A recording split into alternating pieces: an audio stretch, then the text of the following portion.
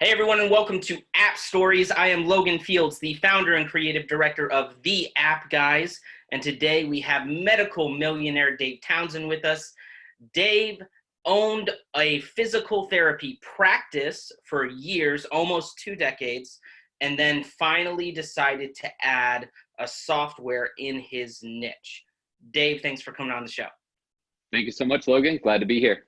Definitely. All right, so why don't you just give the nutshell version of what your software is?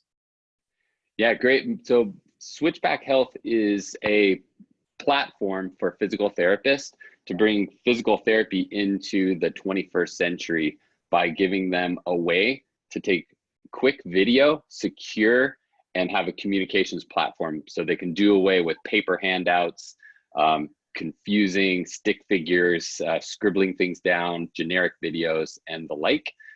It's just a quick, easy way while they're working with a patient, they can take video and it's in a secure feed that seamlessly gets sent to the patient. So the patient experience is so much better when it's the therapist's instructions, there's clarity in that, and then the two-way communication as well.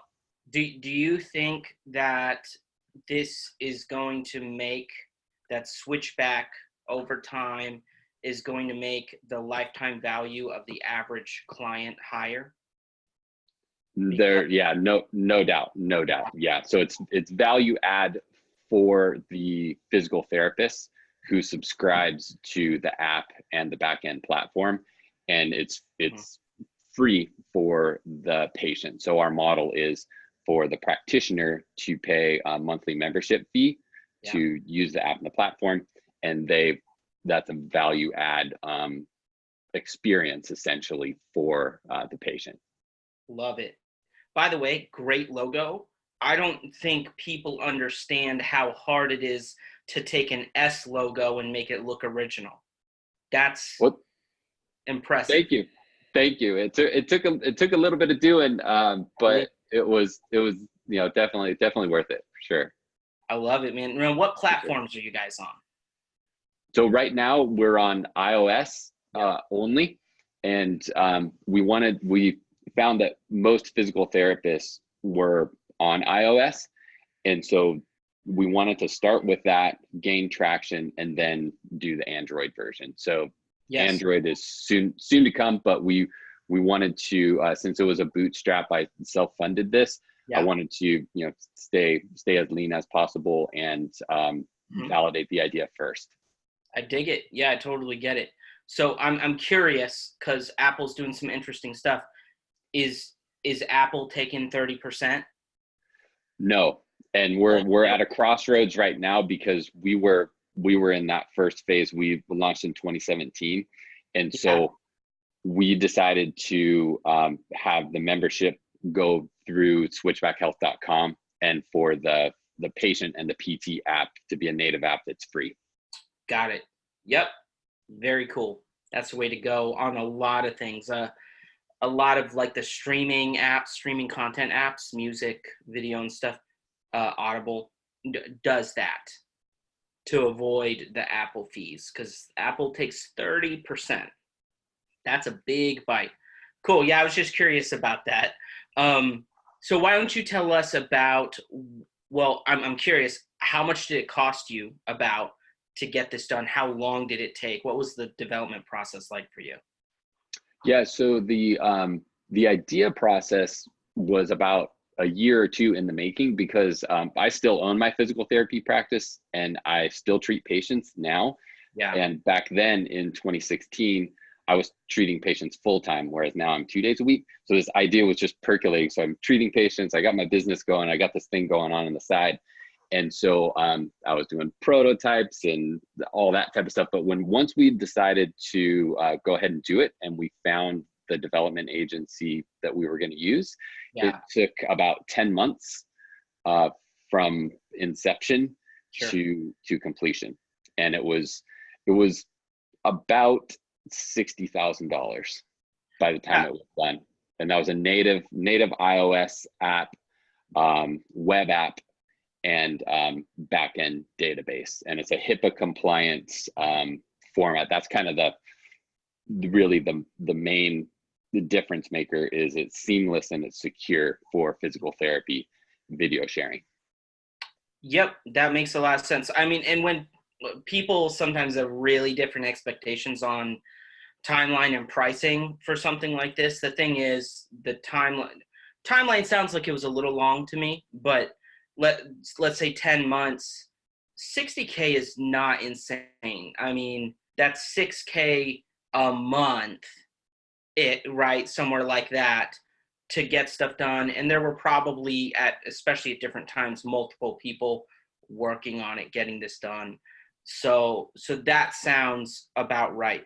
Um, did you have any big surprises or hiccups? Was it longer than you thought, or was that in the window that you were expecting? It was about in the window that we were expecting. As you said, it was a little bit longer. We were hoping for maybe 6 to 8 months. To be quite honest, I believe looking back on it, it was my fault that it went longer, because I got into this like most everybody does, where you want it to be just so. You want it to have all these particular features. Right. You're the expert in the field. You have this vision of what you want it to be, and that's honestly, it had really nothing to do with the development team. It had to do with me saying, "Oh, wait a minute!" Like once one thing was built, it was like, "Oh, let's do this other thing. It's going to be so much better," and it was. It was great. Version 1 app, amazing actually, but took extra time and more money. Sure. Yep. That makes sense. So, Yeah, 1.0 is just a learning phase for everybody. Like, you just have to get in the rhythm. Everybody has to figure each other out. You have to figure the project out. So I totally understand. Now, how long do you think it's going to take you to get to break even? So as far as fixed operating costs, we're there right now. Wow, congratulations. So That's great. however, I mean, it sounds good, but it's because our costs are so low. The the ongoing operating costs are pretty small. So, but to make our money back and to become profitable, will be at hopefully a year and a half. So I'm actually right now I'm in Ash Maura's Boot Start program. He wrote Running Lean, and so he came up with the continuous innovation framework and the lean canvas and all that type of stuff. So I'm actually in his program, kind of reverse engineering and learning some of the things that I should have at the beginning. So we did a recent traction roadmap, and that's about in a year and a half we'll be kind of making that turn. Awesome. That's a great projection. It's nice and steady. It makes a lot of sense to me. I to be fair, I don't know your field super well, but just as far as SaaS goes, as far as software goes, that sounds not bad at all. How much is marketing costing you? To be honest with you, right now we have not launched a true marketing plan, and so we honestly don't know. We're gonna over the next 6 weeks, we'll have a lot better idea about exactly what our messaging is going to be. Sure. Frankly, I've just been using advisors and friends and the like, and learning as much as I can about marketing myself, versus actually having a true stable marketing plan. Gotcha. Yep, I get it. I understand, especially after you spent all that money. I get it. I understand the feeling, and just getting to know the market and how the marketing connects to people. That there's a lot of value for that. Now, you're the only owner right now? Correct. Yeah, I have two main advisors who I gave a share to at the very beginning, because frankly, I would not have done this project without them. They gave me the confidence to do so and the connections to the overseas team. And so their advisory role, they have companies themselves, software companies and that. So they're hugely impactful, but actual kind of hours and that is pretty small. that they're contributing at this point. Gotcha. I think that's a great way to go about it. And the fact that you found people that are in the software area that actually have made money on it, not that just that, I think is really smart, because it's easy, even if you already have a successful business, it's easy to wind up taking advice from people that are qualified in a totally different area. And because you respect them, but if they don't know the area, they're not a good advisor, period. So yeah, Absolutely right. it's a great way to do it. And the fact that you got to hold on to all the equity is awesome. So what's the long-term plan? Yeah, so a couple of different ideas. One would be to gain traction, and if we are able to follow that traction roadmap and hit some of the goals that we are projecting for year 3, that we could start talking about acquisition at year 3 if we have traction and we are profitable to the extent and the valuation is high enough. I would definitely consider acquisition. Cool. If we go to different markets, so this platform could very well be used for fitness trainers, occupational therapists, speech therapists, athletic trainers, anything where skill acquisition is important. We may be able to expand. If that starts to happen, then that might look like something different. Right. Yep. That's cool. So you're open to it, but really, it sounds like you're prioritizing cash flow. I would say so. I Yeah. would say so.